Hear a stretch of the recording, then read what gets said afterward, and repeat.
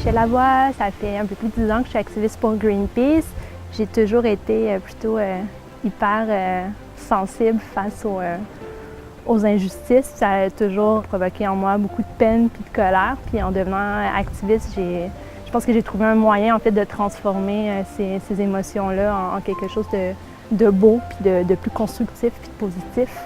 Ça me permet de mixer ma passion pour l'escalade puis les hauteurs à mon désir d'agir pour essayer de changer les choses. Là, tu donnes du lousse, puis si tu retires un coup dessus, ça bloque. Je sais, c'est toi qui sais ce que tu aimes. En fait, on pratique des techniques d'escalade qui vont nous permettre souvent de poser des banderoles, mais en toute sécurité. Donc, on grimpe de façon extrêmement sécuritaire, puis on répond à des normes internationales par rapport aux standards de grimpe, là. Moi, ça fait 10 ans que je suis impliqué avec Greenpeace. Pour moi, c'était vraiment la suite logique des choses de m'impliquer avec cet organisme-là qui lutte pour la protection de l'environnement. J'arrivais d'une saison de planting dans le nord du Québec, où est-ce que j'avais vu un petit peu les coupes forestières qui se faisaient. Et puis pour moi, c'était juste logique de m'impliquer là où est-ce que je pouvais sentir que je contribuais à empêcher les fléaux environnementaux qui arrivent au quotidien. Je m'appelle Marie-Lou Labelle, j'ai 28 ans. Je suis grimpeur. Je suis là pour assurer les grimpeurs qui vont monter beaucoup plus haut.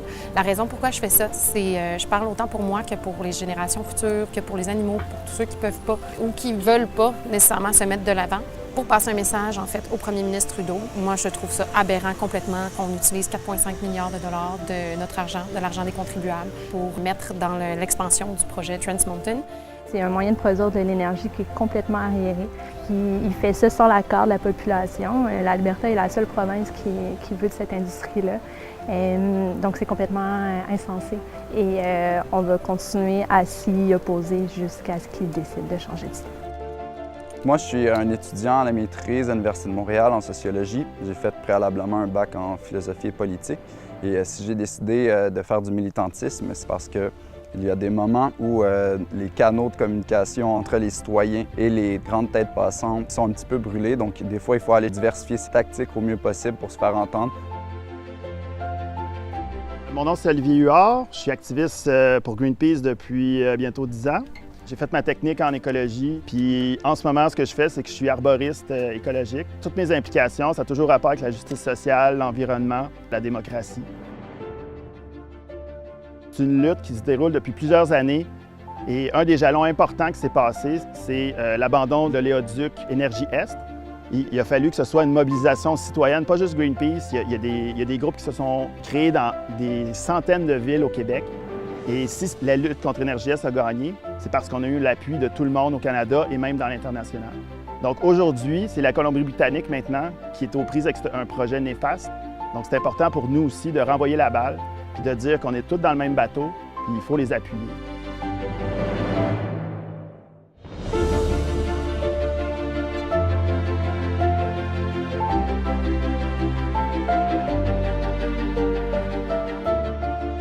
En fait, à Greenpeace, on utilise toutes les stratégies possibles pour faire passer notre message.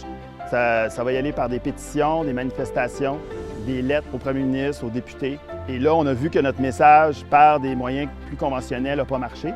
Donc, on s'en va dans un coup d'éclat pour réveiller l'opinion publique, dire aux gens que c'est très grave ce qui se passe. L'argent des contribuables doit être investi dans la transition énergétique. We want people to understand that the future is in renewable energies.